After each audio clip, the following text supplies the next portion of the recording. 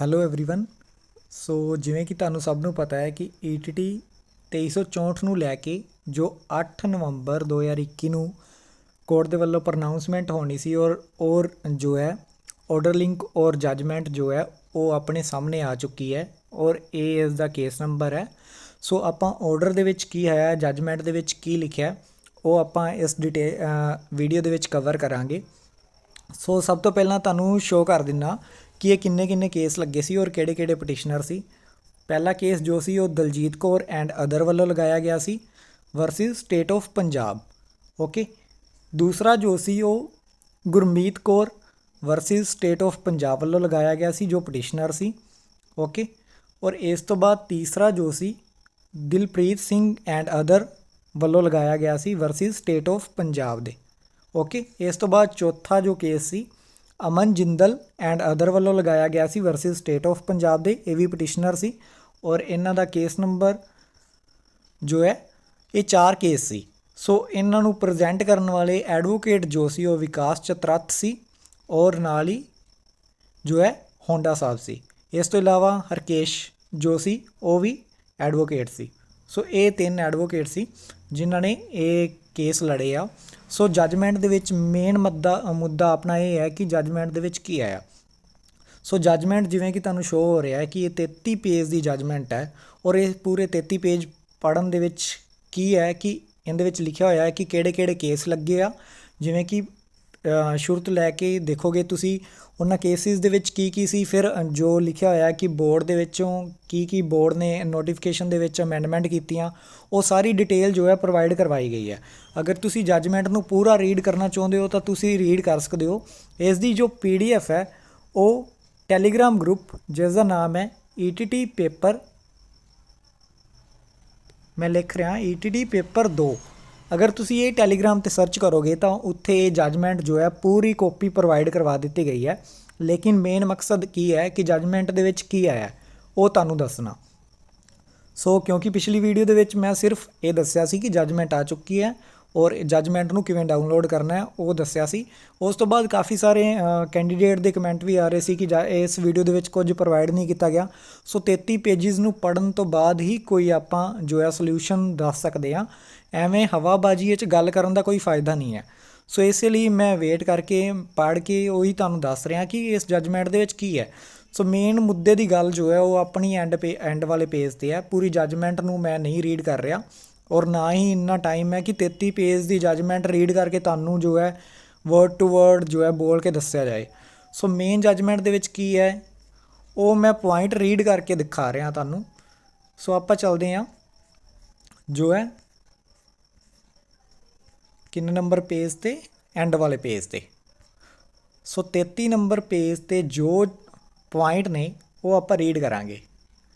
37 number point ਤੋਂ ਲੈ ਕੇ, ਜਿਵੇਂ ਕਿ ਤੁਹਾਨੂੰ ਸ਼ੋਅ ਹੋ ਰਿਹਾ 37 ਨੰਬਰ ਤੋਂ ਲੈ ਕੇ ਜੋ ਹੈ 39 ਨੰਬਰ ਤੱਕ ਇਹ ਪੁਆਇੰਟ ਆਪਾਂ ਰੀਡ ਕਰਾਂਗੇ। ਇੱਥੋਂ ਹੀ ਆਪਾਂ ਨੂੰ ਪੂਰੀ ਜੱਜਮੈਂਟ ਕਲੀਅਰ ਹੋ ਜਾਏਗੀ ਕਿ ਜੱਜਮੈਂਟ ਦੇ ਵਿੱਚ ਕੀ ਹੈ। ਅਦਰਵਾਈਜ਼ ਤੁਸੀਂ ਪੂਰੀ ਜੱਜਮੈਂਟ ਪੜ੍ਹ ਸਕਦੇ ਹੋ। ਓਕੇ। ਮੈਂ ਇਹ ਪੁਆਇੰਟ ਹੀ ਤੁਹਾਨੂੰ ਕਲੀਅਰ ਕਰਕੇ ਦੱਸਾਂਗਾ ਇਹਨਾਂ ਦੇ ਵਿੱਚ ਕੀ ਲਿਖਿਆ, ਟਰਾਂਸਲੇਟ ਕਰਕੇ ਹੀ ਦੱਸਾਂਗਾ। ਇੰਗਲਿਸ਼ ਵਿੱਚ ਤਾਂ ਤੁਹਾਨੂੰ ਸ਼ੋਅ ਹੋ ਹੀ ਰਿਹਾ। ਸੋ 37 ਨੰਬਰ ਪੁਆਇੰਟ ਦੇ ਵਿੱਚ ਕੀ ਲਿਖਿਆ ਹੋਇਆ, 37 ਨੰਬਰ ਪੁਆਇੰਟ ਜੋ ਹੈ ਉਹ ਕਹਿੰਦਾ ਹੈ ਕਿ ਇਹ ਜੋ ਕੋਰਟ ਹੈ ਉਹ ਚੰਗੀ ਤਰ੍ਹਾਂ ਸੁਚੇਤ ਹੈ ਕਿ ਜੋ ਇਸ਼ਤਿਹਾਰ ਜੋ ਨੋਟੀਫਿਕੇਸ਼ਨ ਕੱਢਿਆ ਗਿਆ ਸੀ ਨੂੰ ਰੱਦ ਕਰਨ ਨਾਲ ਕੀ ਹੋਏਗਾ ਕਿ ਵਿਚਾਰਾਧੀਨ ਜੋ ਅਸਾਮੀਆਂ ਦੇ ਵਿਰੁੱਧ ਜੋ ਨਿਯੁਕਤੀਆਂ ਕੀਤੀਆਂ ਗਈਆਂ ਸੀ, ਜੋ ਉਹਨਾਂ ਦੇ ਚਾਹਵਾਨ ਉਮੀਦਵਾਰ ਸੀ ਜਿਨ੍ਹਾਂ ਦਾ ਮਤਲਬ ਨਾਮ ਜੋ ਹੈ ਮੈਰਿਟ ਲਿਸਟ ਦੇ ਵਿੱਚ ਆ ਗਿਆ ਸੀ, ਉਹਨਾਂ ਨੂੰ ਕੀ ਹੈ ਕਾਫੀ ਸਾਰੀਆਂ ਭਾਰੀ ਮੁਸ਼ਕਲਾਂ ਦਾ ਸਾਹਮਣਾ ਕਰਨਾ ਪਏਗਾ। ਸੋ ਇਸ ਦੇ ਨਾਲ ਹੀ ਕੋਰਟ ਨੇ ਬੱਟ ਲਗਾਤਾ ਕਿ ਬੱਟ ਮਤਲਬ ਪਰ ਇਸ ਦੇ ਨਾਲ ਕੀ ਹੋਏਗਾ, ਇਸ ਗੱਲ ਨੂੰ ਨਜ਼ਰਅੰਦਾਜ਼ ਨਹੀਂ ਕੀਤਾ ਜਾ ਸਕਦਾ, ਮਤਲਬ ਇਗਨੋਰ ਨਹੀਂ ਕੀਤਾ ਜਾ ਸਕਦਾ ਕਿ ਜੋ ਅਸਾਮੀਆਂ ਦੇ ਵਿੱਚ ਜੋ ਅਣਦੇਖੀ ਕੀਤੀ ਗਈ ਹੈ, ਸ਼ੁਰੂ ਕੀਤੀ ਗਈ ਹੈ, ਚੋਣ ਪ੍ਰਕਿਰਿਆ ਨੂੰ ਅੰਤਿਮ ਰੂਪ ਦੇਣ ਦੀ ਇਜਾਜ਼ਤ ਦਿੱਤੀ ਜਾਂਦੀ ਹੈ ਤਾਂ ਕੀ ਹੋਏਗਾ ਕਿ ਇਹ ਗੈਰ ਕਾਨੂੰਨੀ ਹੋਏਗੀ। ਕਿਉਂਕਿ ਇਸ ਦੇ ਵਿੱਚ ਕੀ ਹੈ ਸਰਵਿਸ ਰੂਲ ਨੂੰ ਕੀ ਹੈ ਵੋਇਲੇਟ ਕੀਤਾ ਗਿਆ। ਠੀਕ ਹੈ। ਕਿਉਂਕਿ ਜੇਕਰ ਸੇਵਾ ਨਿਯਮਾਂ ਦੀ ਅਣਦੇਖੀ ਕੀਤੀ ਗਈ ਹੈ ਔਰ ਸੇਵਾ ਨਿਯਮਾਂ ਦੀ ਅਣਦੇਖੀ ਕਰਕੇ ਚੋਣ ਪ੍ਰਕਿਰਿਆ ਨੂੰ ਕੀ ਹੈ ਪੂਰਾ ਕਰਵਾਇਆ ਜਾਂਦਾ ਹੈ ਤਾਂ ਉਹ ਕੀ ਹੋਏਗਾ, ਗੈਰ ਕਾਨੂੰਨੀ ਹੋਏਗਾ, ਇਲੀਗਲ ਹੋਏਗਾ। ਠੀਕ ਹੈ। ਜਿਵੇਂ ਕਿ ਤੁਸੀਂ ਇਹ ਵਰਡ ਦੇਖ ਰਹੇ ਹੋ ਕਿ ਇਲੀਗਲ ਹੋਏਗਾ। ਸੋ ਇਸੇ ਕਰਕੇ ਹੀ ਇਹ 37 ਨੰਬਰ ਪੁਆਇੰਟ ਇਹ ਕਹਿੰਦਾ ਕਿ ਜੋ ਹੈ ਨਜ਼ਰਅੰਦਾਜ਼ ਉਹਨਾਂ ਉਮੀਦਵਾਰਾਂ ਨੂੰ ਨੁਕਸਾਨ ਹੁੰਦਾ ਤਾਂ ਕੋਈ ਗੱਲ ਨਹੀਂ, ਲੇਕਿਨ ਚੋਣ ਪ੍ਰਕਿਰਿਆ ਦੇ ਵਿੱਚ ਕੀ ਹੈ, ਸਰਵਿਸ ਰੂਲ ਦੀ ਅਣਦੇਖੀ ਹੋਈ ਹੈ, ਇਸ ਲਈ ਇਹ ਇਲੀਗਲ ਹੈ। ਸੋ 38 ਨੰਬਰ ਪੁਆਇੰਟ ਦੀ ਗੱਲ ਕਰਦੇ ਹਾਂ। 38 ਨੰਬਰ ਪੁਆਇੰਟ ਦੇ ਵਿੱਚ ਕੀ ਕਿਹਾ ਗਿਆ ਹੈ, ਸਿਰਫ ਇੱਕ ਲਾਈਨ ਹੈ। ਸੋ ਇਹ ਕੀ ਕਹਿੰਦਾ ਹੈ ਕਿ ਇਸ ਦੇ ਨਤੀਜੇ ਵਜੋਂ ਐਜ਼ ਆ ਰਿਜ਼ਲਟ ਕੀ ਹੋਏਗਾ ਕਿ ਮੌਜੂਦਾ ਜੋ ਰਿਟ ਪਟੀਸ਼ਨਾਂ ਨੂੰ ਜੋ ਕੀ ਹੈ ਮਨਜ਼ੂਰੀ ਦੇਣ ਤੋਂ ਇਲਾਵਾ ਕੋਈ ਵਿਕਲਪ ਨਹੀਂ ਹੈ। ਠੀਕ ਹੈ, accept to allow the present writ petitions. ਸੋ ਉਹਨਾਂ ਨੇ ਕੀ ਕਿਹਾ ਕਿ ਨੋ ਆਪਸ਼ਨ, ਸਾਡੇ ਕੋਲ ਕੋਈ ਆਪਸ਼ਨ ਨਹੀਂ ਹੈ ਕਿ ਰਿਟ ਪਟੀਸ਼ਨਾਂ ਨੂੰ ਮਨਜ਼ੂਰੀ ਦਿੱਤੀ ਜਾ ਸਕੇ। ਮਨਜ਼ੂਰੀ, ਠੀਕ ਹੈ, ਮਤਲਬ ਆਗਿਆ ਦਿੱਤੀ ਜਾ ਸਕੇ, ਅਲਾਓ ਕੀਤਾ ਜਾ ਸਕੇ। ਸੋ ਇਸ ਤੋਂ ਬਾਅਦ 39 ਨੰਬਰ ਪੁਆਇੰਟ, ਮੇਨ ਪੁਆਇੰਟ ਇਹੀ ਹੈ। ਸੋ ਇਸ ਦੇ ਵਿੱਚ ਕੀ ਲਿਖਿਆ ਗਿਆ ਹੈ, ਇਹ ਮੈਂ ਤੁਹਾਨੂੰ ਦੱਸ ਦਿੰਦਾ ਕਿ ਸਿੱਟੇ ਵਜੋਂ ਰਿਟ ਪਟੀਸ਼ਨਾਂ ਦੀ ਇਜਾਜ਼ਤ ਦਿੱਤੀ ਜਾਂਦੀ ਹੈ। ਮਿਤੀ ਜੋ ਡੇਟ ਦਿੱਤੀ ਹੋਈ ਹੈ 6/3/2020 ਦਾ ਇਸ਼ਤਿਹਾਰ ਜਿਸ ਵਿੱਚ 2364 ਜੋ ETT ਦੀਆਂ ਅਸਾਮੀਆਂ ਸੀ ਲਈ ਭਰਤੀ ਵਿੱਚ ਅਸਥਾਈ ਮੈਰਿਟ ਸੂਚੀ ਸਮੇਤ ਪੂਰੀ ਚੋਣ ਪ੍ਰਕਿਰਿਆ ਦੇ ਨਾਲ ਨਾਲ ਅਣਗੌਲੇ ਚੋਣ ਮਾਪਦੰਡਾਂ ਨੂੰ ਰੱਦ ਕੀਤਾ ਗਿਆ ਹੈ ਅਤੇ ਇੱਕ ਪਾਸੇ ਰੱਖਿਆ ਜਾਂਦਾ ਹੈ, ਸੈਟ ਅਸਾਈਡ।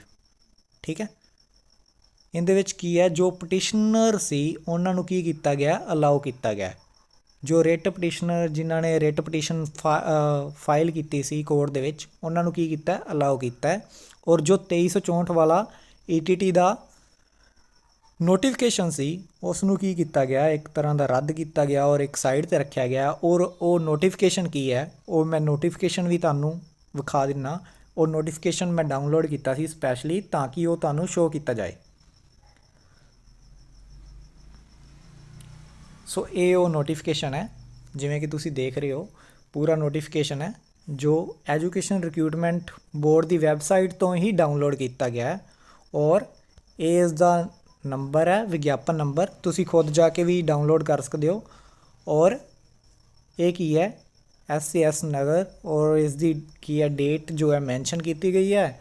ਔਰ ਨਾਲ ਲਿਖਿਆ ਗਿਆ ਕਿ 1664 ਵੈਕੈਂਸੀਆਂ ਨੂੰ ਭਰਨ ਲਈ ਯੋਗ ਉਮੀਦਵਾਰਾਂ ਨੂੰ ਵੈਬਸਾਈਟ 'ਤੇ ਜੋ ਵੀ ਵੈਬਸਾਈਟ ਹੈ ਉਹਨਾਂ ਦੀ ਦਰਖਾਸਤਾਂ ਦੀ ਔਨਲਾਈਨ ਮੰਗ ਕੀਤੀ ਗਈ ਹੈ ਔਰ ਨਾਲ ਕੀ ਹੈ ਡੇਟ ਦਿੱਤੀ ਗਈ ਹੈ। ਸੋ ਇਹੀ ਸੀ ਜੋ ਕੋਰਟ ਦੇ ਵੱਲੋਂ ਜੋ ਵੀ ਆਇਆ। ਸੋ ਹੋਪ ਕਿ ਤੁਹਾਨੂੰ ਕਲੀਅਰ ਹੋ ਗਿਆ ਹੋਵੇਗਾ। ਸੋ ਮੈਂ ਸਿਰਫ ਜੋ ਹੈ ਉਹਨਾਂ ਨੂੰ ਟਰਾਂਸਲੇਟ ਕਰਕੇ ਦੱਸਿਆ ਕਿ ਉਹਨਾਂ ਦੇ ਵਿੱਚ ਕੀ ਹੈ, ਕਿਉਂਕਿ ਇੰਗਲਿਸ਼ ਪੜ੍ਹਨ ਦੇ ਵਿੱਚ ਕਾਫੀ ਸਾਰੇ ਕੈਂਡੀਡੇਟ ਨੂੰ ਦਿੱਕਤ ਆ ਰਹੀ ਹੈ। ਸੋ ਇਹ ਰਿਜ਼ਲਟ ਹੈ।